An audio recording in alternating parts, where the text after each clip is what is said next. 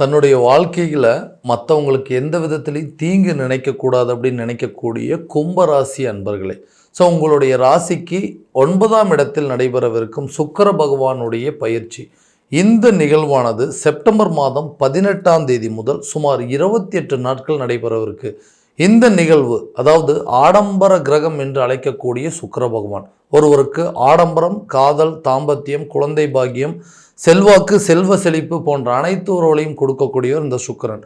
இந்த கிரகம் இந்த கும்பராசி அன்பர்களுக்கு 9ஆம் இடத்தில் நடைபெறவிருக்கு, அதாவது துலாம் ராசியில் நடைபெறவிருக்கும் இந்த கிரக அடைவுகள், இந்த கிரக பயிற்சிகள் உங்களுடைய வாழ்க்கையில் எந்த விதமான அற்புதங்கள் மற்றும் சிறப்புகளை கொடுக்க போகுது அப்படிங்கிறத தெளிவாகவும் துல்லியமாகவும் இந்த காணொலியில் பார்க்கலாங்க. நம்ம சேனலை ஃபஸ்ட் டைம் பார்க்குறவங்க தான் சப்ஸ்கிரைப் பண்ணிக்கோங்க, பெல் பட்டனை கிளிக் பண்ணி ஆல் அப்படிங்கிற ஆப்ஷன் கொடுத்துக்கோங்க. ஸோ கும்பராசி அன்பர்கள் சனி பகவானை அதிபதியாக கொண்டவர்கள். தான் இருக்கக்கூடிய இடத்துல தன்னை விட எல்லாருமே மகிழ்ச்சியாக இருக்கணும் அப்படின்னு நினைக்கக்கூடிய நபர்கள். தான் பேசக்கூடிய வார்த்தைகளில் எப்போவுமே கருத்துக்கள் அப்படிங்கிறது ரொம்ப தெளிவாக இருக்குங்க. இவர் பேசினார்னா போதுங்க, எவ்வளோ பெரிய பிரச்சனை இருந்தாலும் ஈஸியாக பேசி சமாளித்து கொண்டு வந்துடுறாரு.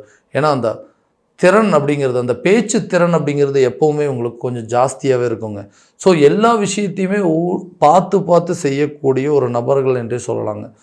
கும்பராசி அப்படிங்கும்போதுங்க, இந்த கும்பராசிக்காரர்களுக்கு எல்லா விஷயத்திலையும் வாழ்க்கையில் நிறைய சிரமங்கள் அப்படிங்கிறது ரொம்ப அதிகமாகவே சந்திச்சிட்ருக்குமே. அதுக்கு என்ன காரணம்? ஸோ கும்பம் அப்படின்னாவே துன்பமா?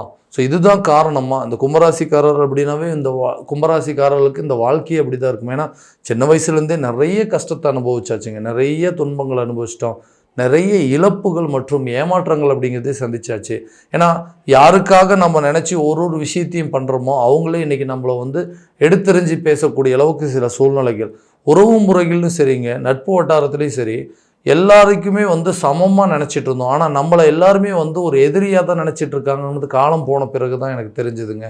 நான் சின்ன வயசுலேருந்தே ஒவ்வொரு விஷயத்தையும் அடிபட்டு பாதிக்கப்பட்டு தன்னுடைய சொந்த உழைப்பால், தன்னுடைய சொந்த முயற்சியால் தன்னுடைய வாழ்க்கையில் அடுத்தடுத்த லெவலுக்கு இன்றைக்கி நான் கொண்டு வந்திருக்கேன்.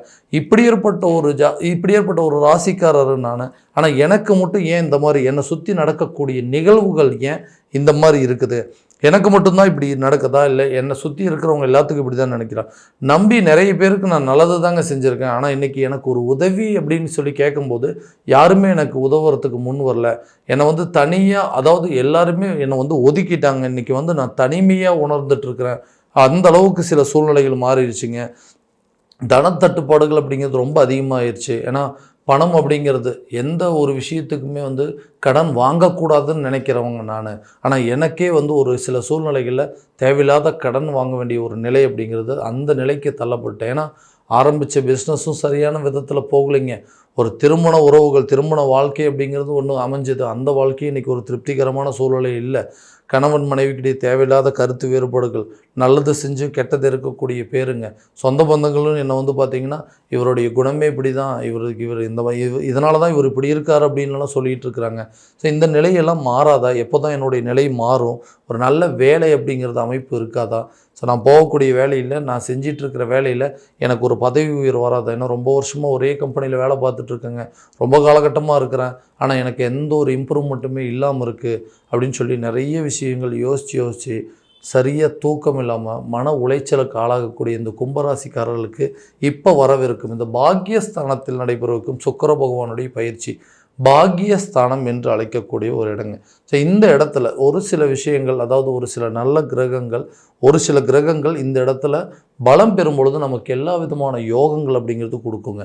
ஸோ தொழில் ரீதியாகவும் சரி, வேலை ரீதியாகவும் சரி, இருக்கக்கூடிய ஒவ்வொரு முயற்சிகள் நமக்கு ஒரு நல்ல பலன் அளிக்கும். ஏன்னா இந்த கும்பராசிக்காரர்கள் அப்படிங்கிறது தன்னுடைய தனித்திறமையால், தன்னுடைய சொந்த முயற்சியால், தன்னுடைய சொந்த பலத்தால் ஒவ்வொரு விஷயத்தையும் செயல்படுத்தி நடத்தக்கூடிய நபர்கள்.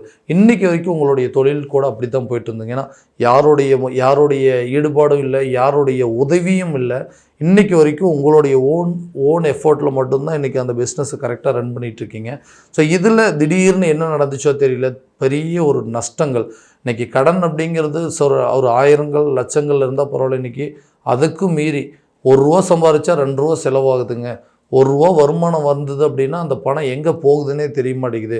1 மணி நேரம் நம்ம வாழ்க்கையில் வந்து சந்தோஷமாக இருக்கேன் அப்படின்னா அடுத்த 2 மணி நேரத்துக்கு அதை நினச்சி வருத்தப்படக்கூடிய நிலையில் தான் இருக்குது. ஏன்னா கடவுள் இப்படி தான் எனக்கு ஒரு அமைப்பை கொடுத்துட்டாரா, நான் சந்தோஷமாக இருந்த காலங்களில் வந்து ரொம்ப குறைவு தான், கஷ்டத்தில் இருந்த காலகட்டங்கள் தான் ரொம்ப அதிகம். நிறைய விஷயங்கள் இழந்துட்டேன், நண்பர்கள் இழந்தாச்சு, சொந்த பந்தங்கள் இழந்துட்டேன், கூட பிறந்த சகோதரன் சகோதரிகள் எல்லாத்தையுமே எனக்கு இழந்து தனிமரமாக நிற்கிறேன்.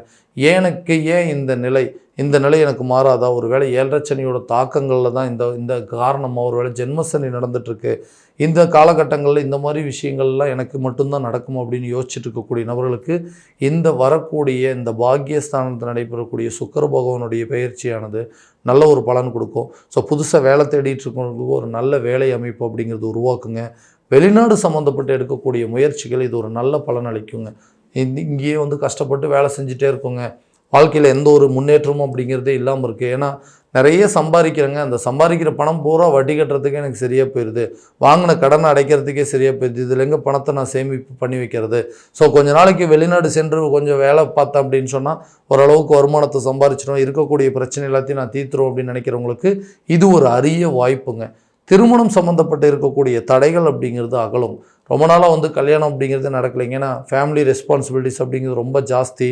நிறைய, அதாவது கூட பிறந்த சகோதரிகளுக்கு திருமணம் செஞ்சு வைக்கணும், ஒரு சொந்தமாக வீடு கட்டணும், ஒரு வண்டி வாகனம் வாங்கணும், நிறைய ரெஸ்பான்சிபிலிட்டி, பேங்க் பேலன்ஸ் கொஞ்சம் சேர்த்து வைக்கணும் அப்படின்னு சொல்லி அந்த கமிட்மெண்ட்டுக்கு பின்னாடி ஓடிட்டு இருந்தனால என்னோடய திருமண வாழ்க்கையை பற்றி நான் கொஞ்சம் கூட நினச்சி பார்க்கவே இல்லை. இன்றைக்கி வந்து எல்லாருமே கேட்குறாங்க, ஏப்பா கடைசி வரைக்கும் இந்த மாதிரி கஷ்டப்பட்டுகிட்டே தான் இருப்பியா, உனக்குன்னு ஒரு வாழ்க்கையை நீ ஏற்படுத்திக்க மாட்டியா அப்படின்னு சொல்லும்போது தான் திரும்பி நின்று யோசித்து பார்க்குறேன். அந்த நேரத்தில் எனக்கு ஒரு திருமணம் அப்படிங்கிற ஒரு பந்தத்தை என்னால் உருவாக்கவே முடியலைங்க. நிறைய பேர் நிறைய பொண்ணு பார்த்தாச்சு, பையன்லாம் நல்ல பையங்க, ரொம்ப வந்து கஷ்டப்பட்டு எல்லாத்தையுமே இன்றைக்கி உருவாக்கியிருக்காரு, நல்ல ஒரு வாழ்க்கை. இன்றைக்கி வந்து இவர் கல்யாணம் பண்ண போகிற பொண்ணு வந்து வாழ்க்கை எதிர்காலம் நல்லபடியாக இருக்கும், நான் ரொம்ப திறமசாலி, தைரியசாலி, துணிச்சல் எல்லாத்தையுமே கரெக்டாக பண்ணுவார், நல்லா சம்பாதிக்கிறாரு, நல்ல வீடு வாசல் இருக்குதுன்னு சொல்கிறாங்க. ஆனால் ஒரு பெண் பார்க்க போகிற இடத்துல எல்லாத்தையும் சொல்லிவிட்டு கடைசியில் நமக்கு வந்து அந்த திருமணம் அப்படிங்கிற ஒரு விஷயத்தை வந்து கரெக்டான அமைப்பு அப்படிங்கிறது, ஏன்னா பொண்ணு கொடுக்குறதுலேயே ரொம்ப யோசிக்க ஆரம்பிச்சிடறாங்க. ஏன்னா நிறைய வயசாயிருச்சு பையனுக்கு, அதாவது நிறைய அழகாக இருக்கணும், வயசு கம்மியாக இருக்கணும் அப்படின்னு சொல்லி நிறைய எதிர்பார்ப்புகள்லாம் இந்த காலகட்டங்கள் இருக்குது. இந்த காரணத்தினாலேயே எனக்கு வந்து திருமண பந்தம் திருமணமே பேசாமல் பண்ணிக்காமல் இருந்துடலாம் அப்படின்னு யோசிக்கக்கூடிய நிலைக்கு தள்ளப்பட்டுட்டேன். அடுத்ததாக அந்த திருமணம் வந்து செஞ்சாச்சுங்க, ஆல்ரெடி ஒரு திருமண பந்தத்தில் உருவாயிடுச்சு, கணவன் மனைவி கூட இருந்தோம். ஆனால் அந்த திருமண பந்தம் அப்படிங்கிறது பிரிவினை ஏற்படுத்திடுச்சு, நிறைய துரோகங்களை சந்திச்சு இன்றைக்கி அந்த வாழ்க்கையே என்கிட்ட இல்லாமல் போயிடுச்சு. அடுத்த திருமணத்திற்கு ஏதாவது முயற்சி பண்ணலாமா, 2வது திருமணத்துக்கு வாய்ப்பு இருக்கானா? கட்டாயமாக இருக்குங்க. ஸோ முதல் திருமணத்திற்கு எதிர்பார்த்துட்டு இருக்கிறவங்களுக்கு இது ஒரு நல்ல வாய்ப்பு. 2ஆம் திருமணத்திற்கு வெயிட் பண்ணுறவங்களுக்கு இந்த காலகட்டங்களில் திருமணம் சம்மந்தப்பட்ட அனுகூலங்கள் கட்டாயமாக கொடுக்குங்க. குழந்தை இல்லாத தம்பதியினருக்கு குழந்தை பாக்கியத்தை ஏற்படுத்தும்.